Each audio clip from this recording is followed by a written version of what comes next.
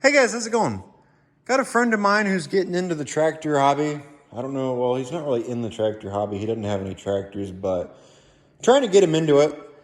And recently asked me a question about one of the patios I have. He asked me what the differences were between the 110s and 112s.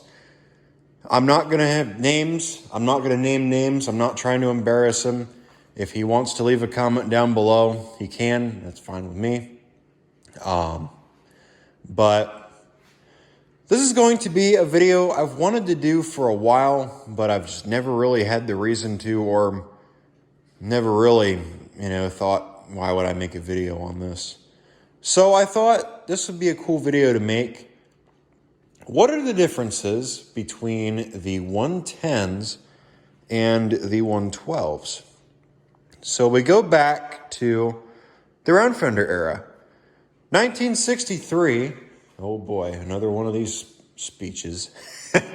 John Deere introduced the round fender.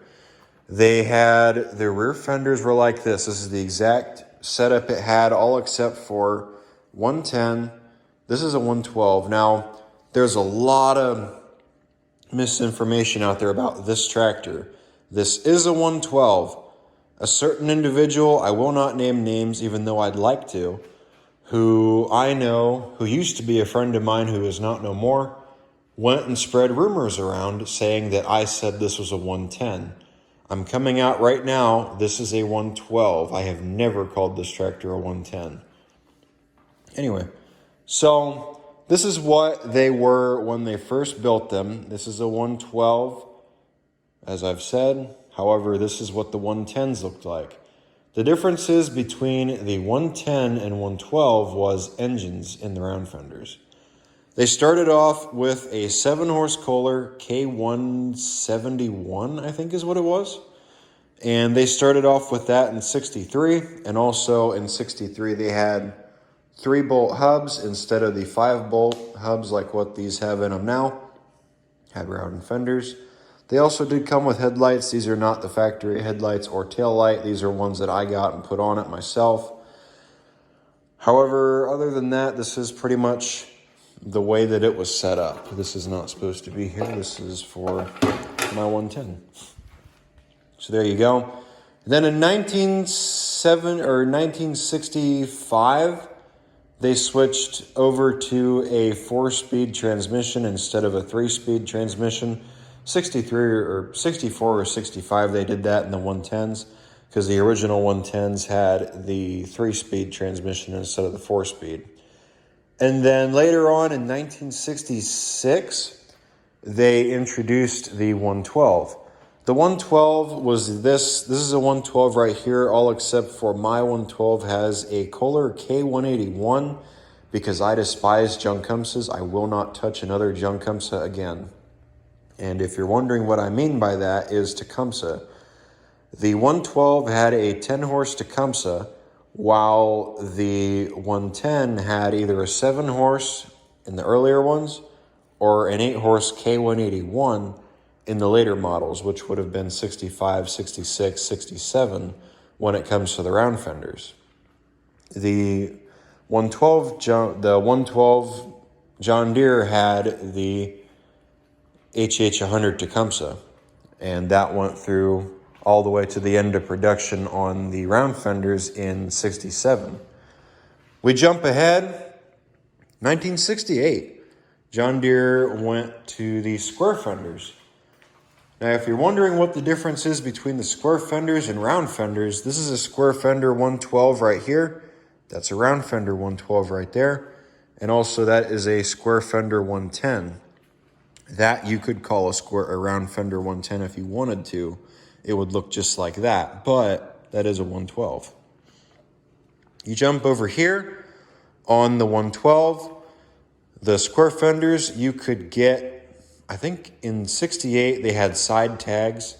They did that for a while, then they went back to the tags being over here on by the key, like how they are on the round fenders. This is how they did them on the round fenders. They did make side tags for the square fender, like I said. I think it was on this side over here, somewhere in that area. I'm not 100% sure where. I've never really been around a side tag. I can't really tell you off the top of my head where that would be. I could probably find a picture online. This tractor has a 12-horse Kohler in it, which is not factory. I put that in there myself. This tractor originally had a HH100 Tecumseh junk. That is what this would have come with from the factory. I believe 68, it was only the Tecumseh you could get. I think in 69, they switched over to where you could get a Kohler K241, which the Kohler K241 is the 10-horse. And I say that because my patios all have the Kohler K241. That's what that is right there in that blue patio, the 10-horse. We'll get into the patios here in a minute. So you could get that engine, or you could get the Tecumseh. And then in 1972, they redesigned the 112 and also the 110. I was not going to show this, but I guess I will. I'm going to try to hide as much of this as I can, because this is not on the channel yet, and you guys don't need to see it. This is the redesigned 112 in 1974.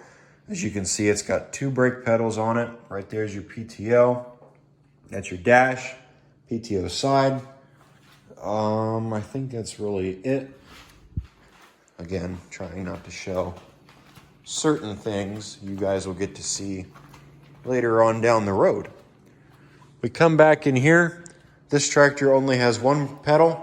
That tractor right there only has 1 pedal. Over here is your PTO on the older tractor. That right there is your PTO on the round fender. Transmission, this is the same transmission as what's in the newer tractor. That is a Peerless 2300.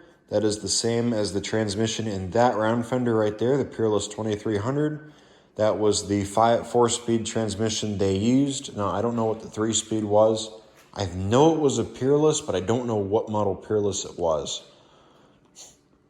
And then you could get hydraulic lift on these. You could also get hydraulic lift on the round fenders too. You could get it on all of them basically. You could get hydraulic lift or manual lift with a helper spring on this. On the newer 112s, you could get manual lift with helper spring, or electric lift. I don't know about hydraulic lift. I don't think you could. So there you go. So I think that pretty much covers the 112. I don't really think there's anything. And then in 72, I brushed over it and forgot to say it. They put a 12-horse Kohler, the K301, into the 112. You could still get I think you could still get the 10-horse if you wanted it, but I don't think it was as standard as getting the 12-horse. So there you go. Now we jump over here. This is my 1971 John Deere 110. This one has the Kohler K181. In 68, they introduced the 110 as well as the 112 square fender.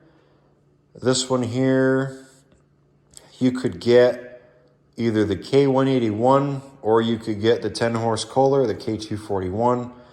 They did away, or I don't think that you could get the 10-horse Kohler in 68 or 69 or 70 or 71.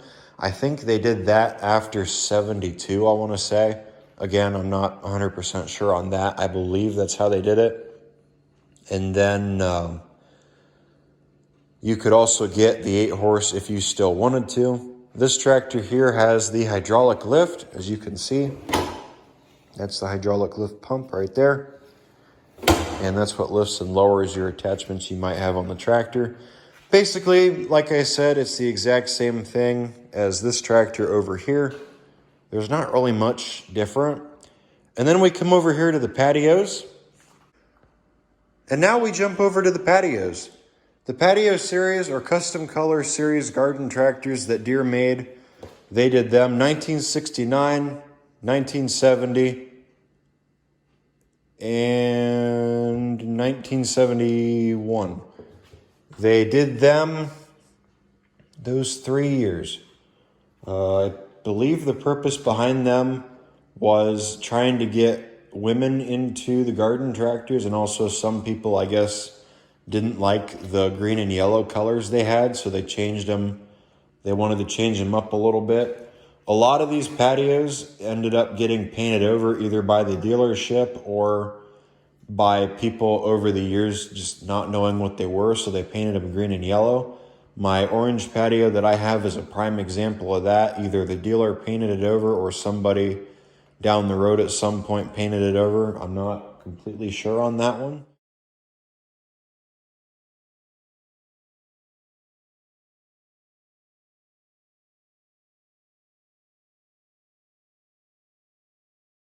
But I don't think that's a factory repaint. It could be, but I doubt it is.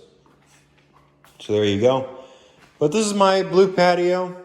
This is an example of what the Patio series tractors looked like. They did this with the 112s, 110s, 120s, and also 140s. There was also another pretty rare one. This was not a 112 or 110. This was actually a 140.